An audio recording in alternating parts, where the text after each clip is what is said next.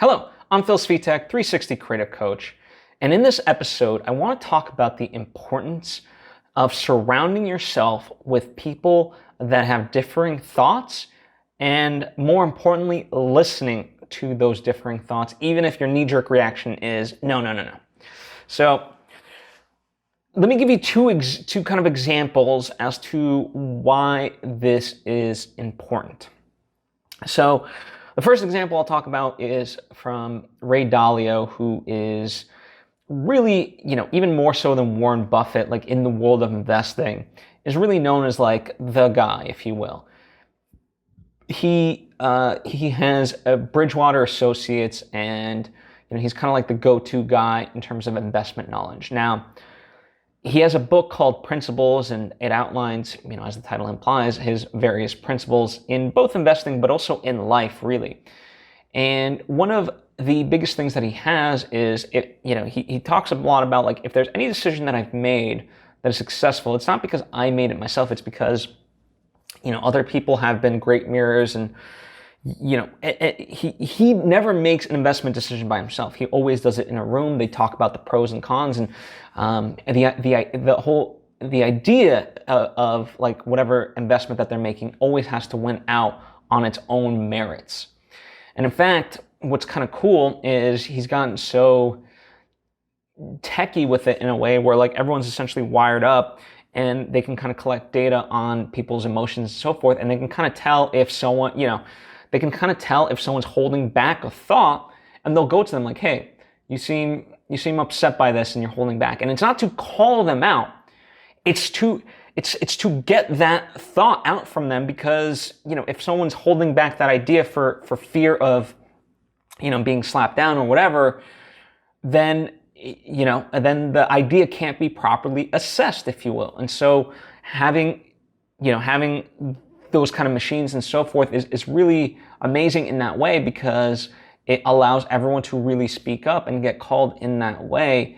And, I think it's just simply brilliant. And it's also why having Melody Hobson talks about this too. She's an investor as well, a very successful one.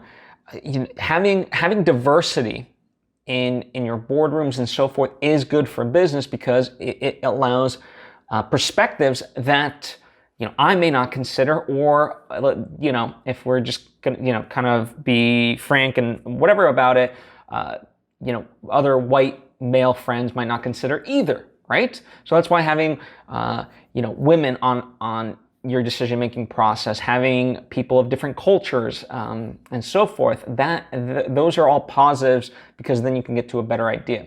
Because what you don't want is to create a culture where dissent and differing opinions are not valued.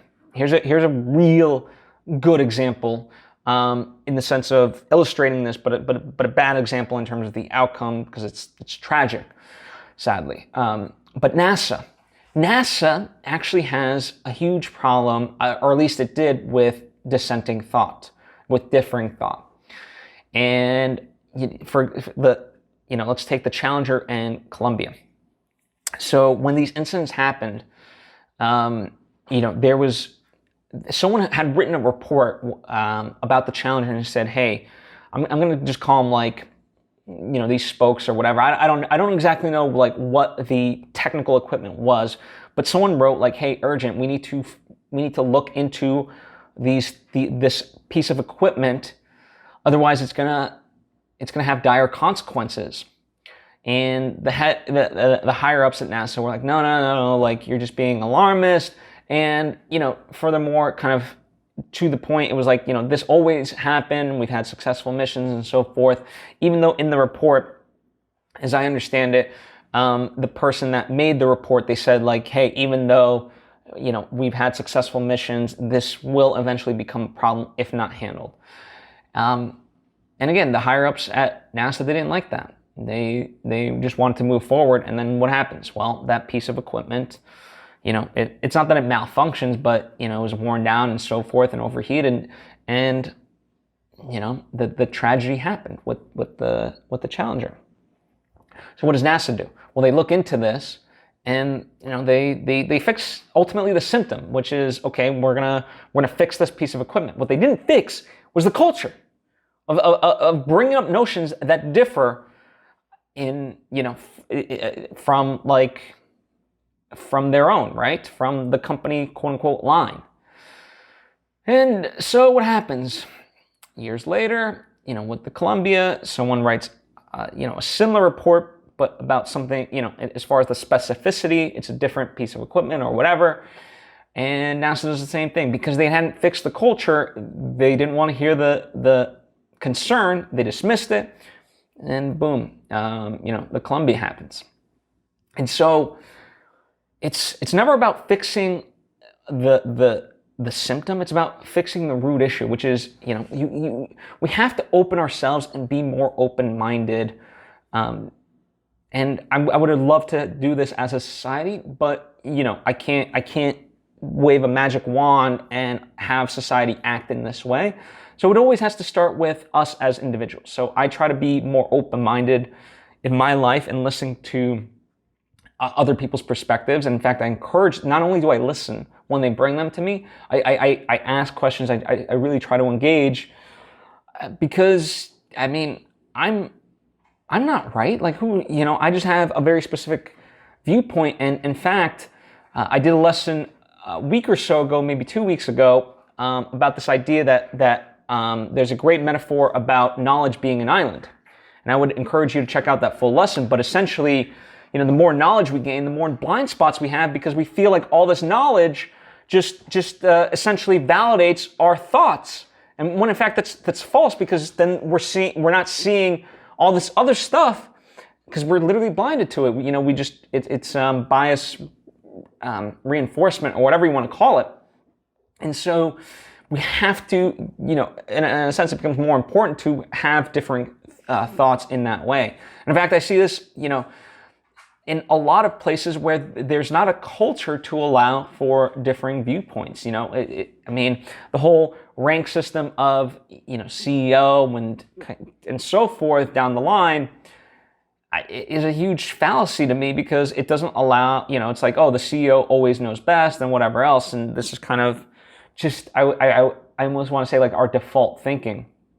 And I've experienced this firsthand, where I've tried to provide my own perspective, or I've heard other people bring their perspectives to me, and I would be like, oh, this needs to, and I was in a place where I could bring it up the ladder, if you will, but then the people up the ladder didn't want to hear it, and the consequences of that were not dire, like in the case of NASA necessarily, but nonetheless in terms of the company, yeah.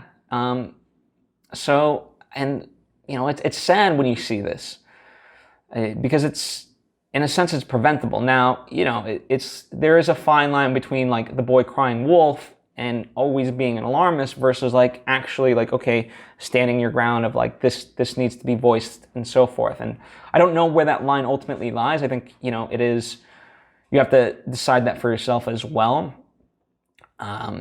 But nonetheless, yeah, I look to a lot of companies. I think a lot of things are preventable if they just listened to people's opinions around them. And sure, it might seem like it takes more, but isn't it more beneficial to stay in business longer and prevent travesties than not?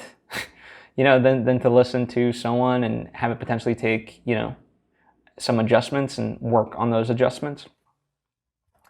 I think more people should. But again, ultimately, it comes down to you. So, I think we're right now, for as much tragedy as there is in the world with this pandemic and so forth, this is an opportunity to reflect. And so I hope that you do reflect and see other people's viewpoints, not as annoying, but really, I'm not saying like you have to agree with everything, but, in the words of Don Miguel Ruiz, he has what he calls the fifth agreement.